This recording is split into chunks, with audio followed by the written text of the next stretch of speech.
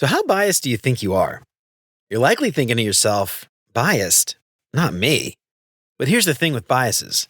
They often fly under our own radar, and they're generally very hard to avoid as most of these things tend to happen in our subconscious before we even realize that we're doing it.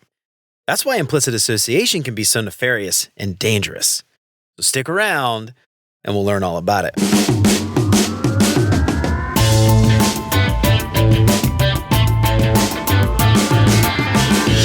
What's up, UX fam? Welcome to another edition of the Cognition Catalog.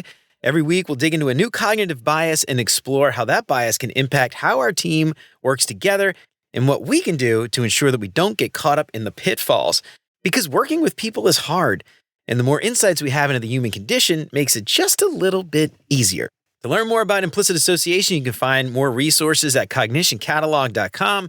Sign up for the newsletter to get a new bias in your inbox every week, and make sure to subscribe wherever you listen to podcasts so you never have to worry about falling for implicit association again.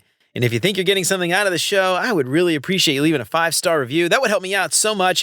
And if you want to pick up some big, beautiful art prints of these select biases, make sure to check out beyonduxdesign.com/shop. Get free shipping on all orders over $30 and use a promo code LISTENER to get 10% off your entire order. And as always, thanks so much to Chris, Siraquan, Stacy, Radu, Megan, Andrew, John, Mark, Kevin, Jason, Michelle, Marty, Tino, and Adina for all their support. And if you want to join these fine folks and many others and help keep the show independent and ad-free, you'll get access to the entire video library of episodes, including episodes before they're released. For more information on how you can support the show and help more people find out about what we're doing, make sure to check out beyonduxdesign.com/support. So how biased are you? You're probably thinking, I'm not biased. No way. But here's the thing with most of the biases that we talk about here on the show. Many of them happen without us even realizing it. And that's why implicit association can be so dangerous. We often make split-second decisions on things all the time. And this can be completely innocuous, like a preference for savory over sweet things, or it can be more insidious, like instinctively assuming that someone is ignorant because of their accent. Now, unfortunately, we make these quick decisions based on how someone looks, talks, dresses, what school they went to, or where they live. Now, these types of things spill over into work all the time, and they often go unnoticed by the people doing it. It's not called explicit association after all. Over the years, I've seen lots of hiring decisions go one way or another simply because someone on the hiring team made a quick judgment, either good or bad, about the candidate based on something superficial like clothes, accent, work history, background, whatever. I've also seen the same happen with promotions, raises, recognition, assignments, and a lot more. It isn't necessarily that the person who made the decision was a bad person. The issue is that most of these decisions happen without us even realizing it. So let's talk about it. What is implicit association? Now, we often make unconscious associations between different things, and these automatic associations can shape our behavior and our decisions, even when we consciously believe that we are acting fairly and impartially.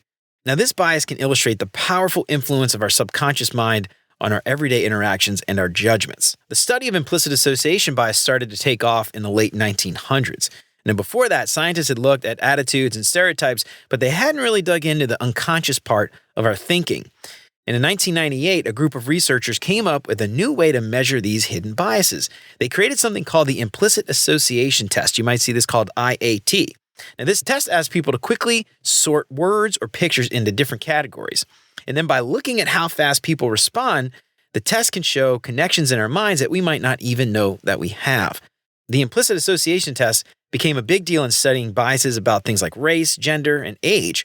And it showed that even people who say they don't have biases might still have them without even consciously realizing it. And as more scientists started using the implicit association test, they found that these hidden biases could affect lots of areas in life. For example, they discovered that just seeing more women in leadership positions could help reduce gender stereotypes, at least for a little while. The idea of implicit association has actually made a pretty big impact. Schools started thinking about how teacher expectations might affect student performance. Hospitals took a look at whether hidden biases might lead to some patients getting better care than others. Companies started changing how they hire people to try to be more fair. Now, in software teams, implicit association can cause problems without anybody even noticing it. For example, we might automatically trust feedback from younger users more than older users.